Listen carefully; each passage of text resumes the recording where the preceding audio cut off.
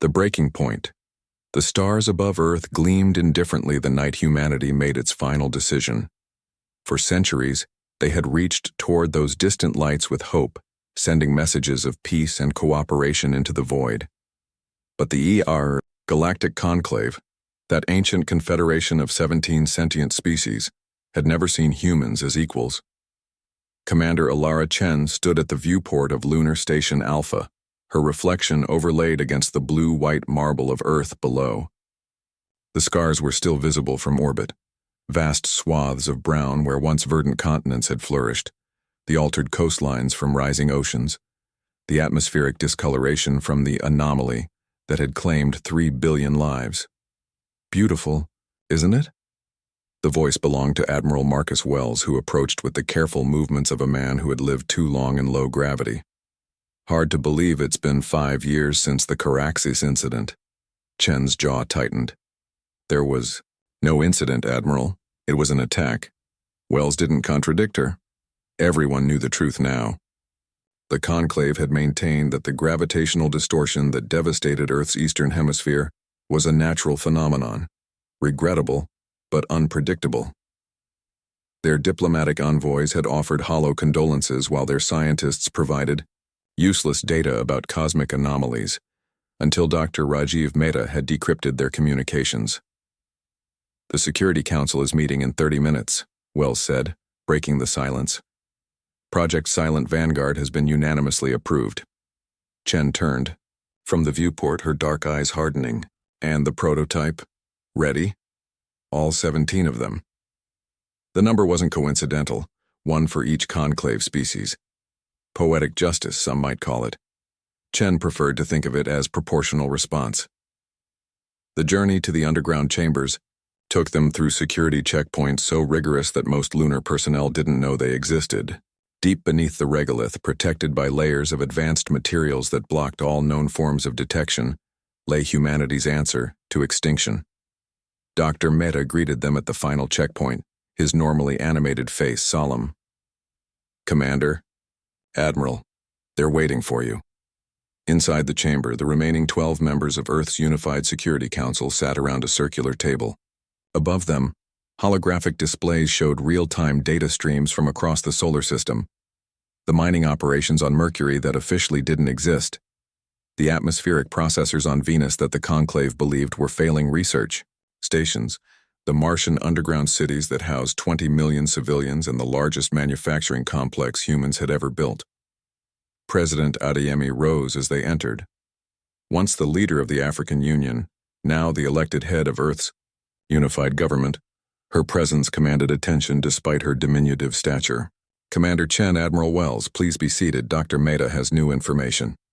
The scientist cleared his throat and activated the central projector. 2 hours ago, our deep space listening array intercepted this communication between Conclave, Prime, and the Durrani fleet near Saturn's orbit. The translation appeared as text beneath the alien language, a flowing musical tongue that belied its sinister content. Primary directive confirmed. Phase 2, sterilization approved. Timeline, 30, Earth days, target complete biosphere elimination, replacement colony selection underway. The room fell silent. They had suspected, but confirmation changed everything. "They're not satisfied with crippling us," President Adeyemi said quietly. "They intend to finish what they started." Admiral Wells leaned forward. "Why now?" "We've maintained the charade of technological regression. Our official reports show our civilization barely holding together." Dr. Mehta tapped his tablet. "That's the thing, they're not convinced. This intercepted communication references anomalous energy signatures detected throughout our system. They know we're hiding something. They just don't know what." "They're afraid," Chen said. Every eye in the room turned to her. "They've always been afraid. That's why they never welcomed us into the Conclave. It wasn't our violence or our primitiveness, it was our adaptability. We advance too quickly. We overcome challenges that should destroy us. And now they know we've survived what should have been a killing blow," Wells added. President Adeyemi nodded slowly, "which makes the timing of Project Silent Vanguard either perfect or catastrophic. She turned to Chen. Commander, you've led this project from its inception. In your assessment, are we ready? Chen didn't hesitate. Yes, madam. President, the silent Vanguard vessels are operational. Their stealth systems are undetectable by conclave technology. The drive systems work precisely as designed. And the weapons? She paused. The weapons will exceed expectations. And the crews? The best of humanity. 10,000 personnel spread across 17 ships. All volunteers. All aware this may be a one-way mission. The president's eyes closed briefly, the weight of what they were considering visible in the lines of her face. When she opened them again, her gaze was steel. Dr. Mehta, please share your projection models. The scientist nodded grimly and changed the display. A simulation appeared showing Earth's solar system and the nearest conclave worlds. Colored trajectories mapped potential attack vectors. If we do nothing, Mehta explained, the Durrani fleet reaches Earth in 30 days and deploys their bioweapon. Simulations show complete extinction of terrestrial life within 6 months. He touched a control. If we deploy Silent Vanguard, our models give us an 83% chance of disabling their primary fleet before they reach our outer defenses. And their homeworlds? Asked a council member. Mehta hesitated. The Silent Vanguard vessels can reach all 17 conclave homeworlds within their operational window. Whether we should is beyond my expertise. President Adeyemi looked around the table. This is not a decision I make lightly, nor alone. We have tried diplomacy for over a century. We have sent envoys, opened communication channels, offered trade, shared knowledge. In return, the conclave has isolated us, sabotaged our colonies, and ultimately attacked our homeworld. Now they plan to exterminate us entirely. She stood, her voice unwavering. I move that we authorize immediate deployment of Project Silent Vanguard with the primary objective of neutralizing the immediate threat to Earth. Secondary objectives to be determined based on battlefield developments. All in favor? 1 by 1, hands raised. The vote was unanimous. Commander Chen, the president said, you have operational command of Silent Vanguard. Humanity's survival is now in your hands. 3 hours later, Chen stood in the command center of the VSV Nemesis, the flagship of humanity's secret fleet. Around her, the bridge crew worked with quiet efficiency, preparing for humanity's first interstellar war. All vessels reporting. Ready, Commander. Her executive officer reported. Stealth systems active. Drive cores spooled. Chen studied the tactical display. The 17 ships of Silent Vanguard were dispersed throughout the solar system, hidden in the shadows of moons, within asteroid fields, and in the turbulent clouds of the gas giants. Each one a marvel of human ingenuity, built with technology the Conclave believed impossible for humans to develop for centuries. Lieutenant Wallace, shipwide, please, Chen requested. When the channel opened, she spoke clearly, her voice reaching every compartment of the vessel and, through synchronized communications, every ship in the fleet. This is Commander Chen. In moments, we will execute the first phase of Operation Silent Vanguard. Many of you have asked why this mission bears that name. The answer is simple. For too long, humanity has been silenced in the galactic community. Our voices ignored, our rights denied, our existence deemed inconvenient. Today, we become the silent vanguard of a new era, moving unseen through the stars to secure humanity's place among them. She paused, letting her words sink in. The Conclave believes they know us. They've studied our history, cataloged our conflicts, measured our technology. They think us primitive, emotional, and predictable. Today, we prove them wrong. Today, we show them what happens when humanity is pushed to the breaking point. Chen looked around at her crew, men and women who had trained for years in secret, preparing for this moment. We do not seek conquest. We do not desire vengeance. We fight for the right to exist. Remember that in the days to come. She nodded to her communications officer. Send the activation code. All ships, execute jump sequence. Throughout the solar system, 17 vessels shimmered and vanished, leaving no trace of their passage as they hurtled toward the stars, carrying with them humanity's answer to those who had written them off as insignificant. The silent vanguard had launched. The reckoning was coming. The reckoning, the Durrani flagship Eternal Dominion, hung in space above the gas giant Janthus 7, its crystalline hull refracting starlight in patterns that would hypnotize most sentient species. Inside its command nexus, Fleet Commander Tazar examined holographic projections with 4 of his 6 eyes, while his secondary brain processed tactical data. The human system remains quiet, his second-in-command reported. Atmospheric disturbances on their homeworld continue to increase. Population centers show further degradation. Their off-world colonies have decreased resource consumption by 18% since our last survey. Tazar's skin rippled with satisfaction. As expected, the primitives collapse under their own weight. The Conclave's decision was correct. They would have brought chaos to the ordered galaxy. Sir, anomalous reading at coordinates 87 Delta 23. Tazar's attention shifted. Analysis? Unknown. Possibly instrumentation error. The signature appeared and disappeared within milliseconds. Run diagnostics. The Eternal Dominion cannot afford equipment failure when we deploy the cleansing protocol. Yes, Fleet Commander. Tazar returned to his projections, unaware that death had just passed within 1,000 kilometers of his vessel. The VSV Nemesis slipped past the Durrani fleet like a shadow through darkness, its revolutionary stealth technology rendering it invisible to the Conclave's most advanced sensors. On the bridge, Commander Chen watched the tactical display with grim satisfaction. 17 Durrani vessels accounted for, her tactical officer whispered, though there was no need for quiet in the perfectly soundproofed bridge. Their formation is exactly as intelligence predicted. All silent Vanguard ships reporting position, Lieutenant Wallace added. Ready to execute Phase 2 on your command. Chen nodded. Signal the fleet, execute in 3, 2, 1.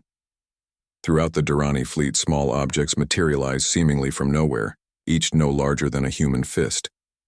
Before Conclave sensors could identify them, they attached to ship hulls and activated aboard the Eternal Dominion. Alarm suddenly screamed to life.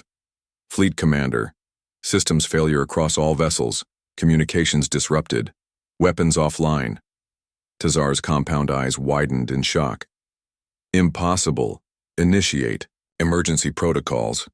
But the emergency systems were already compromised. The quantum-entangled network that linked the Conclave fleet had become its greatest vulnerability. A pathway for the human-created virus to spread from ship to ship, shutting down critical systems and locking crews out of their own vessels. No. The chaos that followed. 17 sleek human warships decloaked in perfect formation around the helpless Durrani fleet. Their weapons, technologies the Conclave had deemed centuries beyond human capability, powered up with a menacing hum that reverberated through space itself. This is Commander Alara Chen of the Earth vessel Nemesis. Her voice transmitted to every Conclave ship. Your fleet is disabled. Your weapons are offline. Your communication with Conclave Prime has been severed. You will surrender immediately or be destroyed. On the Eternal Dominion's bridge, Tazar's exoskeleton trembled with a mixture of fear and rage. Humans? Impossible. Their technology is primitive. They barely have interplanetary capability. Fleet Commander, his second whispered. Sensors confirm the vessels are of human origin. Their weapon systems are beyond our defensive capabilities. Tazar's pride warred with his survival instinct. Open a channel to their commander. When Chen's face appeared on his display, Tazar was struck by how alien she looked. Her flat features, her mammalian eyes, her inexplicable calm in the face of what should be impossible. Human, how have you accomplished this deception? Your species lacks the cognitive capacity for such technological advancement. Chen's expression didn't change. That arrogance is why you've already lost, Fleet Commander. While the Conclave watched us with contempt, we studied every piece of technology that entered our system. We reversed engineered your communication protocols. We improved upon your weapon designs. We made your strengths our own and eliminated our weaknesses. "What are your demands?" Tazar asked, his pride crumbling. "First, transmission access to Conclave Prime. Then your fleet will escort us there. Any resistance will result in your immediate destruction." Hours later, the silent Vanguard fleet arrived at Conclave Prime, escorted by the captured Durrani vessels. The 17 human warships emerged from hyperspace in perfect formation, sending shockwaves of panic through the Conclave's capital world. In the grand chamber of the Conclave Assembly, representatives of the 17 founding species gathered in emergency session. Their shock at finding human vessels in their sacred space was matched only by their horror at learning their supposedly invincible Durrani fleet had been neutralized without a single shot fired. When Commander Chen strode into their chamber, flanked by her officers and the captured fleet commander Tazar, the assembly fell silent. High Chancellor Vexar, eldest of the Phaelorian species and leader of the Conclave for 3 centuries, rose from his crystalline throne. "How dare you violate the sanctity of this chamber with your presence, human? Your species was deemed unworthy of Conclave membership." Chen stopped in the center of the room, her footsteps echoing in the cavernous space. "We come not as supplicants, High Chancellor, but as equals, whether you recognize us as such or not." She activated a holographic projector, and above the assembly appeared images of Earth's devastation. Cities flooded, forests burned, billions dead. 5 years ago, the Conclave authorized an attack on our homeworld, disguised as a natural disaster. We have the proof. Communications we've intercepted, testimony from your own scientists who developed the gravitational weapon that nearly shattered our planet. Murmurs rippled through the assembly. Some faces showed shock, others guilt, and still others the cold calculation of those wondering how humans had discovered this classified information. Then, Chen continued, "After failing to destroy us entirely, you planned a second attack. A bioweapon designed to eradicate all terrestrial life, leaving our planet intact for Conclave colonization." High Chancellor Vexar's multiple limbs twisted nervously. "These are serious allegations, Commander. If true, they would represent actions taken without full Conclave authorization." "Do not insult us with denials," Chen responded, her voice sharp. "We have the transmission records. We know which species voted for our extermination. We know which of you opposed it. And most importantly, we know why you feared us enough to attempt genocide." She gestured and new holographic images appeared. The silent Vanguard fleet, the advanced technology humans had developed in secret, the unified Earth government rising from the ashes of disaster. "You feared us because we adapt, because we innovate at a pace that terrifies you, because we overcame in 5 years what should have destroyed us forever." Chen looked around the chamber, meeting alien gazes unflinchingly. "Your fear was justified, but your response was unforgivable." "What do you want, human?" Vexar asked, his voice barely steady. "Revenge? The destruction of our worlds as we attempted with yours?" "If revenge were our goal, High Chancellor, this would not be a conversation. Our vessels currently have targeting solutions on every major population center on Conclave Prime. We could end your civilization with a single command." The silence that followed was absolute. "But we are not you," Chen continued. "Humanity does not seek genocide, even against those who attempted it against us. We seek recognition. We seek reparations. And we seek guarantees that no such action will ever be taken against Earth again." From within her uniform, Chen produced a data crystal and placed it on the chamber's central podium. "These are our terms. Non-negotiable. You have 1 standard hour to agree, or we will demonstrate our resolve in ways that cannot be misinterpreted." As the Conclave representatives scrambled to access and review the human demands, Chen and her officers stood immovable in the center of the chamber, representing a humanity that would never again be dismissed as insignificant. The terms were comprehensive, full membership in the Conclave with equal voting rights, technological exchange programs, reparations for the attack on Earth, dismantling of all weapons capable of planetary-scale destruction, and oversight mechanisms to prevent future genocidal actions against any species. When the hour elapsed, 13 of the 17 conclave species had agreed to the terms. Of the 4 holdouts, 3 quickly capitulated when silent vanguard vessels moved into position above their homeworlds. Only the Durrani remained defiant, until Chen revealed that human ships had already secretly visited their homeworld and left, behind devices similar to those that had disabled their fleet. The Durrani representative's exoskeleton paled to translucent white as he finally signed the agreement. 3 months later, Commander Chen stood once again at the viewport of Lunar, Station Alpha, gazing at the healing Earth below. The atmospheric processors, based on technology shared by the now-allied Phalorians, were already clearing the pollution. New cities rose on reclaimed land. "They're calling you the savior of humanity, you know," Admiral Wells said as he joined her. "There's talk of statues." Chen shook her head. "I was just the messenger. Humanity saved itself. By doing what we've always done. Adapting. Overcoming. Refusing to accept extinction as our fate." Beyond the viewport, ships from a dozen conclave species now orbited Earth, bringing technology, trade, and diplomatic missions. The silent vanguard fleet remained vigilant, but its purpose had evolved from threat to guardian.